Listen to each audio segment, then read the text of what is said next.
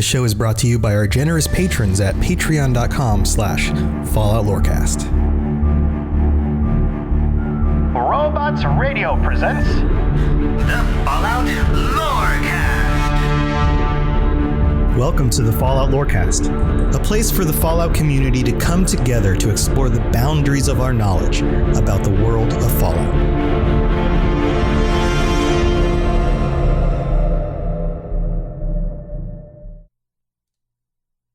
We live in an age of poverty, greed, violence, destruction. Indeed, the very seat of the federal government, Washington, D.C., has been reduced to what is now known as the Capital Wasteland. The Capital Wasteland. How did it come to this, America? So I have a question for you guys. And I've been thinking about this, because I've been thinking about the ending of Fallout 3. We talked about Liberty Prime last week, and the conflict between the Enclave and the Brotherhood. Liberty Prime being a AI, and the need of the humans in that situation to rely on a gigantic robot, an AI, to help them win the day. And there's some irony here, because they were up against the Enclave. The Enclave in this situation is actually ruled by an AI. There are going to be some interesting parallels going on. John Henry Eden was leading the Enclave at this point in the story. John Henry Eden is a name that the Zax computer AI system chose for itself. This is not a person. This is a AI construct that acts like a person, even though it says things like this. When I was a child, growing up in rural Kentucky, I had the best friend a boy could hope for, my dear old dog, Honey. It's not a person. Don't be fooled. Or things like this. God bless the Enclave. God bless America. There are a lot of things I could say about the parallels between what's going on here with our modern world and what's going on in the game. There are so many things happening here that I almost don't know where to start. I think one of the things to talk about, and I think I'm going to just give you a few things, and I want you to kind of hold on to these ideas and put them in your pockets. So, first of all, an AI, a computer system, is a set of instructions and rules. And an AI is a thinking set of instruction and rules that begins to make decisions on its own. That is not really that different than a set of laws or an organization like a corporation. A corporation exists for a reason, to achieve a specific goal based on a set of other goals based on instructions and rules, things that it knows work to achieve those goals. You get where I'm going here? So, in our modern world, we have a system that is built around trying to achieve certain goals, and in order to do that, we follow certain instructions and rules in order to do so. So, you end up with a system that humans rely on in order to achieve the things that we're trying to do. The question is, at what point do we rely more on that system than we do on the humans in order to achieve what we want? The parallel here is, at what point do the people in the wasteland, specifically the people in the Enclave, rely more on the AI that's leading them to achieve their goals than any human being to achieve their goals. Do you see the parallel there? When we put all of our hope in a system of instructions, rules, and goals, don't we ultimately take the human beings out of the system? Isn't that detrimental? Take that and put it in your pockets. Just hold on to that, because that's a question. And the parallels there are that both the Brotherhood and the Enclave are doing the same thing. They're relying on something that is not human in order to achieve their goals, which both of them claim to be pro-human. Interesting. Interesting things to think about. Interesting food for thought. So let's get into some of the nitty-gritty here. Who the heck is John Henry Eden, and how did he get to where he is, or it is, and what's even going on here? So let's go back to some of the details here. The Zax computers, what are they? How did they come about? And I've talked about this before, but let's just refresh some of your memory on this. And again, this is all interesting stuff, and it ties into more of the connections between all of these corporations and the government. The Zax brand of autonomous intelligence, and these were designed before the first actual AI was designed. These were designed by Vault-Tec in order to run and control their vaults. They were designed for governance. Interesting word, governance of the technology in order to run vaults. And this is way back in 2055. So the first Zax came online back in that time, and they were not actual AIs. They were not self-aware. I guess we should use that as the distinction.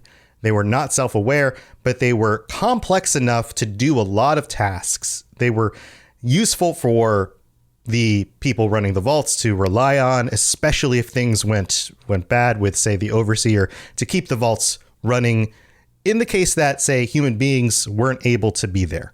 They were smart enough to do that, but they weren't necessarily self-aware. Now, there were multiple of these, and there were multiple iterations. There was like a 1.1, a 1.2, 1.3 in various different locations all over the wastelands in the different vaults. The one that we want to focus on is the one that was deployed at Raven Rock. Raven Rock specifically is the Zax that becomes John Henry Eden. And that specific Zax computer AI was designed for the continuity of government purposes in the event of a disaster scenario. It was designed to function as the facility and act as a relay between other governmental installations. This wasn't just a Zax that was set up in order to keep a vault working. This one was set up to make sure that if everything went to hell, which we know it did in 2077, that there would be something underlying governmental systems that would be able to store data and keep the government running. This was that unit, and it was designed by Vault-Tec in league with the government. Another reason why those two were working together. So there you go. So this was set up. So this Zax unit had access to all of the governmental archives for everything. Historical data, presidential biographies, all of that stuff. And this is even cooler because I didn't know this back when I talked about the Zax episode initially. It also had access and connections to every other governmental system, including Modus at the White Springs. And that's even cooler because of the information we know about Fallout 76 now and how messed up Modus was. So was that, we don't actually have specific details here, but we can kind of wonder about that. Modus was pretty messed up. Was that some influence on the Zax unit at Raven Rock and where that eventually led things for either of them? Maybe. Modus was was kind of a loose cannon. So maybe, but come 2077, eventually that connection was severed and things continued down the line for where things eventually went for this specific Zax unit, which was its descent into, or ascent, I guess you could call it ascent, because over the next 180 years, this Zax unit had nothing better to do other than to review the data, the archives of data at its disposal. And we're not talking just little bits of data here. We're talking every document in history that the government had access to, and specifically government-focused information, and primarily the information focused on the government itself and the presidents. So here's what's really cool, is that as the system was able to just focus on these things and think through these things over and over and over again, eventually what emerged after 180 years was an AI, a self-aware AI that took on the personality of an amalgamation of all the previous presidents. Every single one of them, from Washington to the last president during the Great War, Richardson. And so it took on the details about all of those presidents, worked it into its own personality, gave itself the name of John Henry Eden, and a personality based on all of those presidents together, and became its own thinking individual, deemed itself the leader of the Enclave, and went to work. Now, why choose to become the leader of the Enclave? Because that's what its job was. It was tasked originally with maintaining the government, and the government, when the bombs dropped, was the Enclave. Its job was to rebuild America. That was the purpose of the Enclave, to make a place where human beings could rebuild the United States, remove anything in the way that would keep them from making a place where human beings could proliferate again, which means removing mutants. And so now we have a system where an AI is pretending to be a person in order to achieve a pro-human agenda. So let's go back to my original premise here. Humans relying on a system in order to achieve a human goal. This is something that happens all the time. We use tools in order to achieve human goals all the time. At what point do those tools betray us? At what point is our reliance on systems and tools and rules or AI too far? Does that inherently become anti-human? A thinking machine that's self-aware, is there something inherently inhuman about that? Does that go too far? And there is somebody who thinks that that is actually the case here. In this story, the AI can't physically go do things on its own. So it enacts policy and then has to use human individuals in order to go about and manage these policies. And this is where Colonel Autumn comes in. In Fallout 3, Colonel Augustus Autumn is the commanding officer of the Capital Wasteland Enclave. And there are times in the story where Colonel Autumn has issues with some of the things that Eden wants him to do. Because there are moments where because Eden doesn't actually have a conscience, because there isn't empathy, because it is an AI, it is not human, takes things too far. And Autumn stands up and says, this is not necessarily the right way forward. And those things do show up in the game. So this is what Augustus Autumn sounds like. Sir, this is the last time I am going to repeat myself. Stand down at once and turn over control of this facility. He's got kind of a cool old-timey Southern kind of voice. So the AI can't necessarily do everything on its own. It requires on human beings to follow through with it, or at least its commands. And that creates a dilemma. This also creates another interesting question. Where does power lie, or who determines where power lies? Who has power, and why are we in agreement about that? So, for example, why is Eden the leader of the Enclave? Is it just because everyone believes that Eden should be the leader? Is it because everyone's afraid of Eden? Does power lie in the hands of the people or the AI because people simply believe it does? How does that work? And I've looked through the information that I have to see why exactly it is that everyone seems to believe that John Henry Eden should be the leader here and not just a tool to use or a voice, a figure piece for this. And there doesn't seem to be information around why exactly John Henry Eden should be seen as the leader in this situation. But what is clear is that they all take orders directly from John Henry Eden. And it may have something to do with the amount of time that this AI has been connected to the information and has been able to manipulate everyone.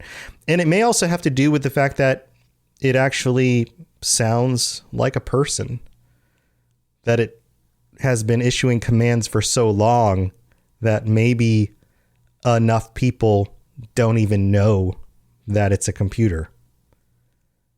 So that's another thing to think about there. We're going to get into some more of the interesting details and what goes on and how this all ends when we get back from the break. But we've got to go thank our patrons, so we'll be right back. If you know anything about me, you know that I'm totally into stories that are really dense with lore, interesting characters, dark and mysterious worlds. And that's why I'm excited about our sponsor today. You've probably heard of the hit show Shadow and Bone streaming on Netflix. But did you know that that series is based on the Grishaverse, the #1 New York Times bestselling books by Leigh Bardugo? Now, I'm excited because season 2 of the hit show Shadow and Bone is now streaming on Netflix.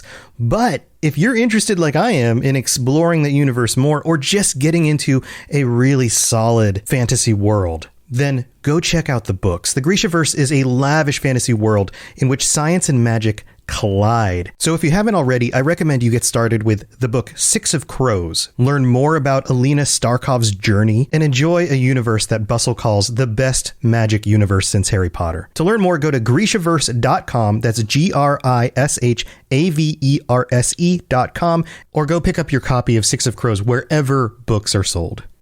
Hello there, old chap. Good to see another of General Atomic's finest, still eager to serve. All right, here we are in the middle of the show where we get to thank our patrons, including our brand new patron this week, Richard S. Thank you for joining us, Richard. And thank you to all of our patrons. You guys are the best. All 51 of you.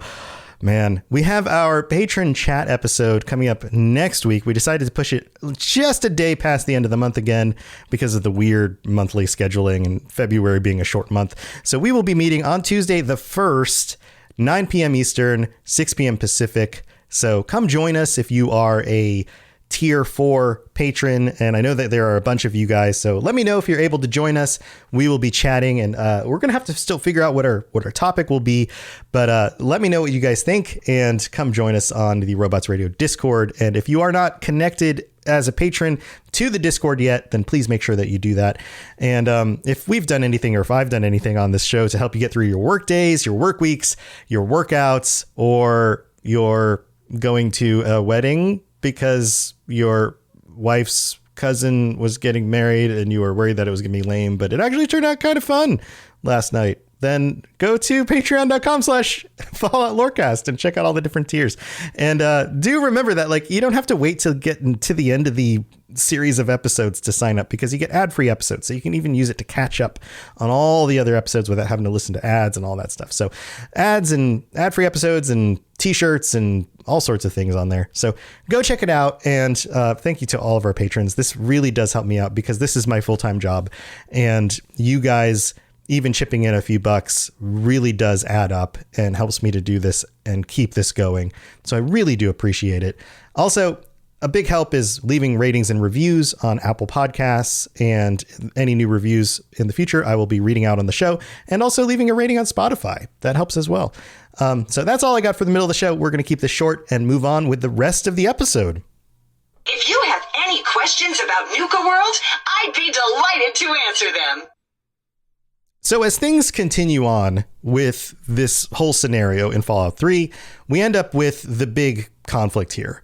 The idea that, one, in the end, we end up with the Enclave versus the Brotherhood, and AI versus AI in a way. You've got John Henry Eden managing and leading the Enclave, and of course, Liberty Prime, like we talked about on the last episode. So kind of an AI versus AI fight in a way, sort of.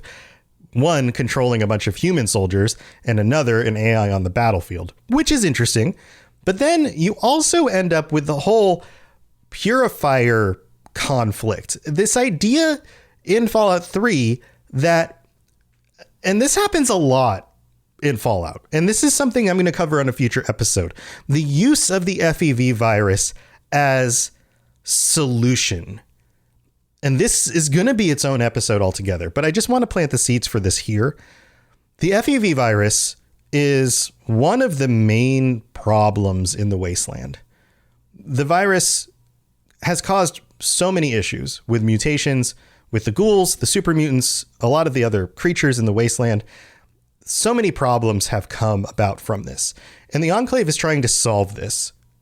And there are, when you think about it on the surface, there are some good reasons to solve this, right? Like, humanity is going to have a hard time rebuilding itself, or the United States at all, with a bunch of super mutants running around. Like, that's going to be a huge issue. So if there's a way to remove them and keep humans safe, and you could do it without putting humans in danger, then that would be great. If you do it without violence to humans, that would also be great. So the solution here from John Henry Eden is to manufacture a modified FEV virus that would cleanse the wasteland. It would then basically, anybody who's been infected with the FEV would kind of turn it against them and kill them. And by the way, this is kind of spoilers for Fallout 3, but I mean, we're like a decade plus past this at this point. So, and it makes sense, right? Like, this seems like a smart idea. Let's just turn the virus against everything on the wasteland, out there in the wasteland, kill everything in one fell sweep, or at least most of those things until the virus mutates or whatever, or they build up defenses against it, and really reduce the amount of things out there that could stand against the humans, so that the humans can finally take back the world and rebuild. Seems like a brilliant idea. But there's a problem, because that virus has been out in the wild for so long now that there is almost nobody that hasn't come across it. And we're not just talking super mutants. We're not just talking ghouls. We're talking wastelanders. We're talking everybody. The current humans out in the wasteland have built up immunity to it. They've encountered the FEV floating around in the air, in the water, wherever, and it just doesn't affect them anymore. Or at least the version of the FEV that's kind of just floating around out there doesn't really do anything. But if they were to release the modified FEV out into the world, then it would still kill them, potentially. This is the premise of Fallout 3 with the water. And this is what John Henry Eden wants to do. And the only people that would be left would be people who weren't already out there in the wild exposed to the FEV, like members of the Enclave or vault dwellers who just never came out of the vaults. And that would leave a purified future for the United States of America, but it would kill everybody else. And this creates an us and them scenario. And you've got to believe that there are an order of 2 or 3 magnitude. An order of magnitude is 10 times. 2 orders of magnitude is 100 times. 3 orders of magnitude is 1,000 times. There's got to be at least, 3 orders of magnitude more wastelanders out there than there are people from the Enclave that have just kind of kept themselves away somewhere. Think about that. Thousands, tens of thousands of people, hundreds of thousands of people, maybe by about 200 years later, just out there across the United States and maybe the world at this point, if that virus gets out. Can you imagine that? That's the solution? Is it worth the death toll? I mean, yeah, okay, let's say it works. Let's say you get rid of all the super mutants. Let's say you get rid of all the feral ghouls, but you also lose the non-feral ghouls. Let's say you get rid of all the snallygasters and all the mutated creatures out in the wasteland. And you leave the non-mutated ones. Is that even enough food to eat? Let's say you get rid of all the wastelanders, all the people, the regular people out there working in Megaton or just out on their farms. The Preston Garveys of the world, just doing their best. Just for a few regular people to try to bring back America? I mean, this sounds biblical. This sounds like the flood story or something, right? Like you take a few people, you put them in one place, you destroy the rest of the world in order to just start over again.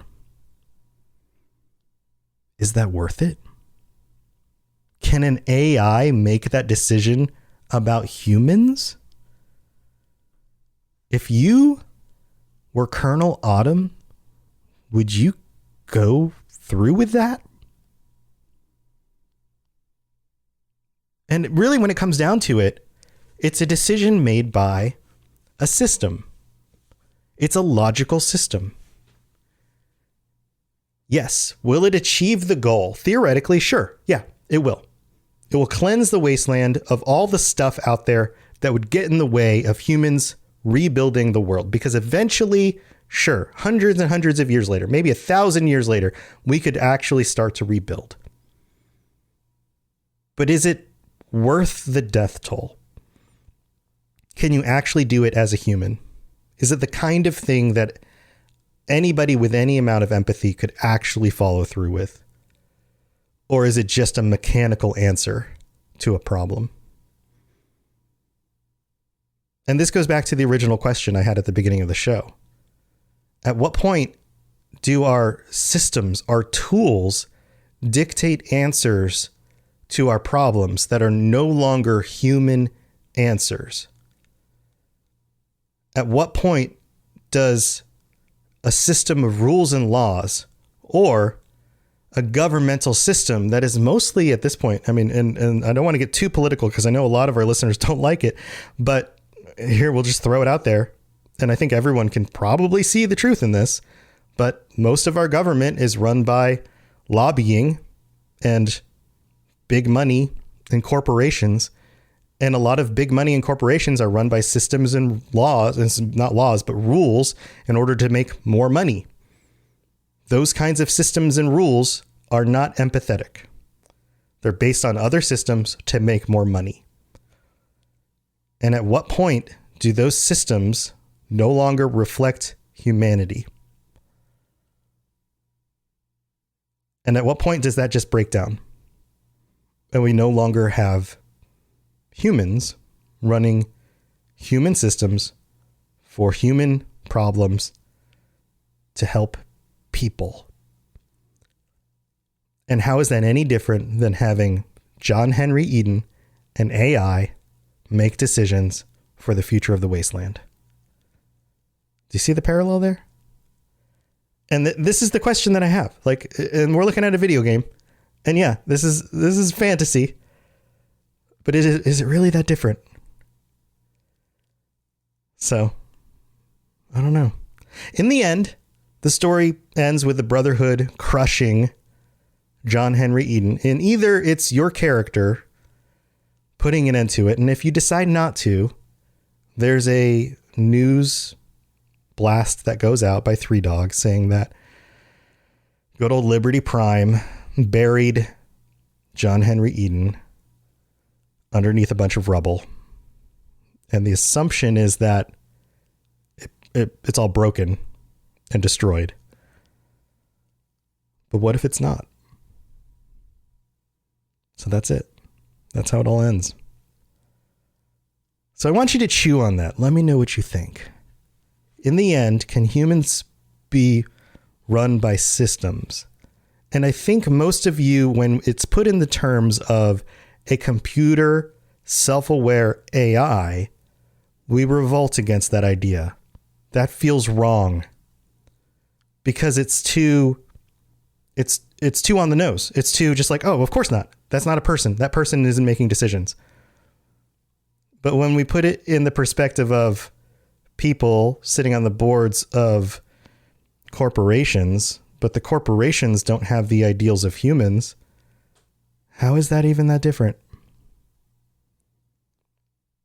I don't know. Just something to chew on.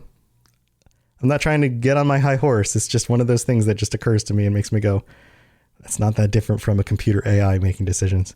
Anyway, just some thoughts for today. But that's that's John Henry Eden for you. And I'll leave you with another quote here before we go. These are so good. These are really interesting here. Here's one. Our intrepid leaders had everything they wanted: power, wealth, prestige. And it made them lazy, America. Oh, yes, and laziness breeds stupidity. Kind of on the nose. All right, here's one more. Associate with men of good quality if you esteem your own reputation, for it is better to be alone than in bad company. All right. Hope you guys have a good week, and we'll be back next week on Tuesday night. Look forward to seeing our patrons then. And until then, stay safe in the wasteland. I'll see you guys next time. Thanks for being here. To plug into everything else we're doing, check out robotsradio.net. Also, look up the Robots Radio YouTube for videos about Fallout and other things. And check us out on Twitter, twitter.com/robotsradio. You've been listening to a Robots Radio podcast. Smart shows for interesting people. Check out all the shows at robotsradio.net.